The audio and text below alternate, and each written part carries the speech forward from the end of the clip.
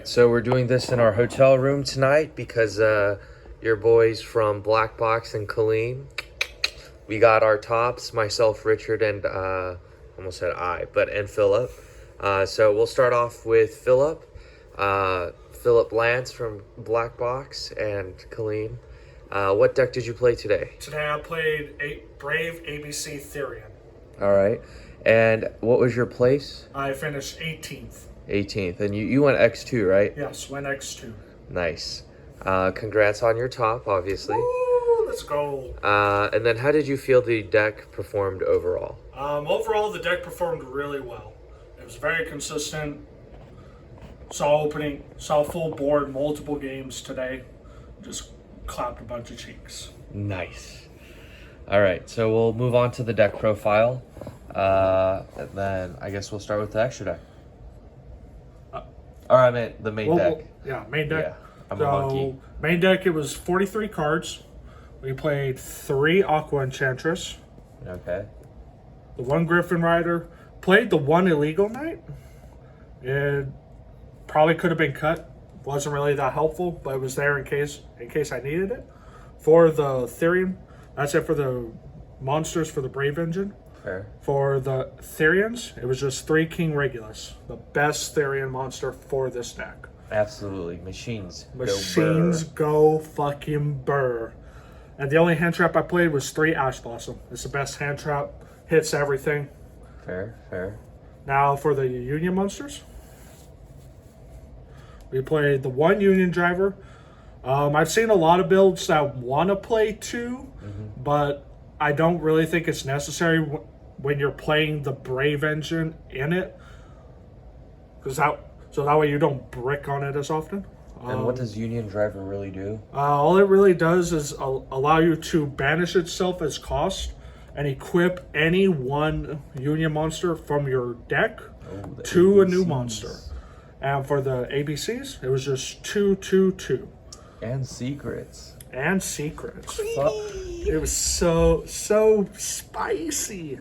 I've seen some builds that opt to play B because B is arguably and without a shadow of doubt the best one because it searches from the deck. But I didn't really see the need to play 3 because in the main deck, in the extra deck, we play 3 ABC Dragon Buster, whereas in the OCG, they only have 1 of that hoe. Ooh. So, yeah, we don't need to max out on all the pieces. And you're playing 40 cards, right? No, it was 43 in the main. 43? Okay. Yeah. That's it for the monsters. Moving on to the spells. The best spell outside of, right today was Triple Tack. The spiciest play today was triple tacking a PK player's Arc Rebellion and detaching and making him big as fuck, swinging into their Rusty Bardiche for game. Nice. Along with that, consistency, Pot of Prosperity. You have to play this card in ABC. If anybody tells you anything else, they are dead wrong. What about Extra? Fuck Extra. You care about what you banish out of your extra deck. Okay, that's fair. Consistently, you're banishing if you're banishing the same 6 cards if you need to banish 6. Okay. Outside of that, we play 3 Droplet. Yeah. Non-targeting sends ABC pieces to the grave, sends Draco back to the grave. That can just put itself back on the token. Really spicy. For the field spells, we played 3 Union Hanger. Yeah. Before the Therions came out, this was the heart and soul of the deck. But now with the next field spell, Therion Disc Coliseum. This I opted to keep on board more than Union Hanger just because of its protection effect. That's fair. It's anything that would be destroyed by battle or card effect. I think just battle. I think you're right. Just battle. You send a Therion monster from your deck. It protects it. When a thing dies by battle, add the Therion you sent. Nice. You're always having Regulus in your hand, no matter what. I didn't know you could send a Therion monster. I thought it was only the aggro system. No, it can send a Therion card, or Therion card or monster? You can send one Therion card or Endless Engine aggro system. Oh yeah. That's like absolutely broken. Yes. I should probably read my cards. Yes. I implore everybody that is playing this deck to read this card. You want to start with Union Hanger, but when you end your board, you want to, more times than not, end on the Discoliseum. Now for the Brave Engine, we play the one Fateful, the one Dracoback, only 2 right, because we opted to play the 3 Aqua Enchantress, because it is just an extender into like your Nightmare plays, your IP plays, stuff like that. Fair. And now we did only play 2 unauthorized. What's that card do? It lets you target a machine on your board, equip a target from your hand or deck. So if for some reason you don't see Union Hanger and you see like a piece, this acts as your Union Hanger. Oh, nice. Yeah. That's it for the Brave Engine. And now the Saki 1-ups. Terraforming searches all your field spells. Set Rotation fucks your opponent that plays any field spells, namely Fluunderies and Sky Striker. Yeah. Shits on that deck. Foolish Burial. If you open a piece, you can just Foolish the Water Enchantress. If you open Water Enchantress, you just Foolish a piece. Nice. And Call By, because Call By is a Saki 1-of, and it should probably be banned. That's fair. Are there any changes to the main deck you would have had? To the main deck, the only thing I would have changed is possibly taking out the Illegal Knight, because I only searched it twice in the entire tournament, and it honestly never came up. Okay. Yep, never came up. So I would probably just cut it, make it a 42 card deck. Fair. Now we'll move on to the extra deck. For the extra deck, you play the best card, 3 ABC Dragon Buster. Machines go burr. Machines go burr. This card is so good. I love this card. I've had this playset since the structure deck came out. Nice. Now for the 1Xs, we played Baguska, because Baguska shits on Despia players, it shits on Sword Soul players, and it can lock down a Fluunderies matchup. That's fair, yeah. All their stuff needs to resolve on normal summon. And if they normal summon, it gets flipped to defense, and they get no searches, they get no adds, they get no additional normal summons. None of that garbage. Nice. No. Now for the links. We play the one link spider.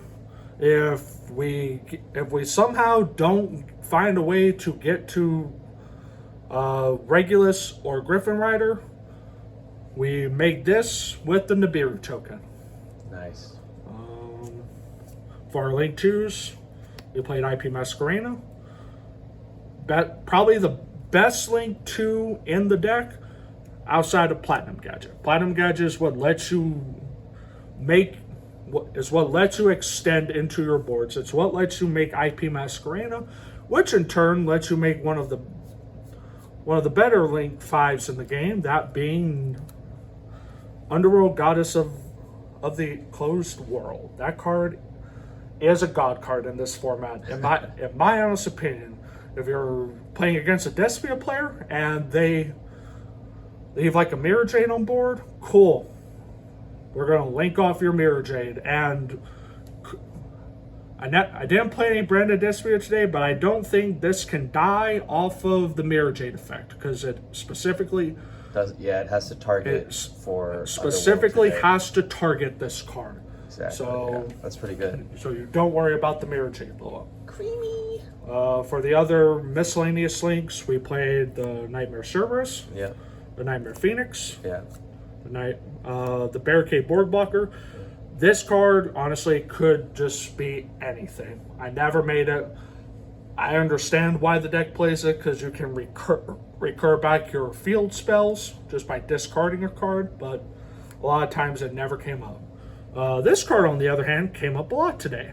Yeah. The Lina Link. Let me summon both of my Sword Soul matchups. It let me summon their Ashina out of the graveyard because they decided to leave it in the graveyard.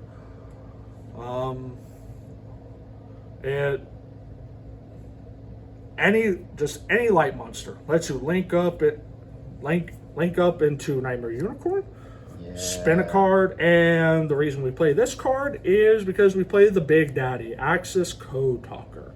This card got in everybody's ass today, and there was not a single thing they could do about it. They saw the Axis code come on the board, and they were like, game 2, deuces. And the Appaloosa. I understand why we play this card, but the only good matchup it's there for is like Fluenderies. Okay. I only played one Flu player today, and it honestly didn't matter because I could not combo off enough to get to an Appaloosa, and I lost the die roll. So yeah, them's the breaks. Die roll is pretty OP. Die roll, especially in this deck, is very much needed. You don't have a lot of board breaking presence, but that's why we have our side deck. Now going to the side deck, we played the one non-fusion area. The reason we decided to play this over the third D barrier is because D barrier does not allow me to trigger off ABC Dragon Buster during my opponent's turn. If I'm playing like a fusion based deck, and I call fusion, like Branded Despia, it turns off my ABC Dragon Buster's effect for the entire turn. So I can't discard to banish, I can't tribute to special summon, so it's kind of like, double-edged sword. We play 2 D barrier for the Sword Soul matchup. It came up against the singular PK player. I was able to call Xyz, and they could not make their Break Sword to combo. Nice. They couldn't make their Arc Rebellion. They couldn't make their Raiders Knight. They couldn't make Levier. And all those cards lead to their main combo. Going on to Anti-Spell. Free. I thought about playing a third instead of the non-fusion area, but the non-fusion area came up one time today when I played a hero player. He was on pure heroes, and in the standby phase, he went main phase. He hard activated polymerization, chain non-fusion area. He could not do anything the rest of the turn. Spicy. For board breaking, we played 3 evenly matched.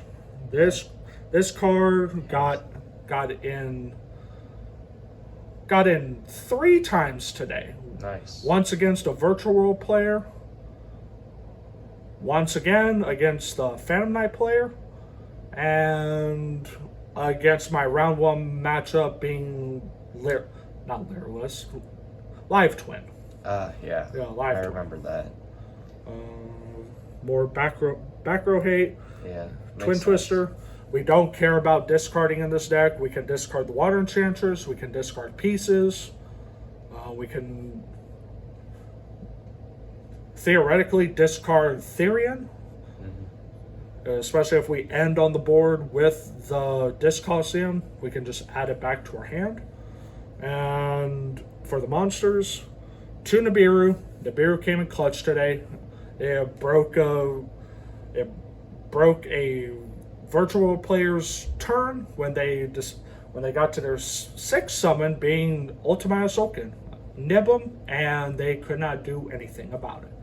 They had to pass turn. And Token Collector. Of course. Token Collector for Sword Soul and anything that plays the Brave Engine. Yeah. If you Token Collector when the right resolves, they literally can do none of their plays. The Token Collector, it came up once today during a match against Adventure Punk.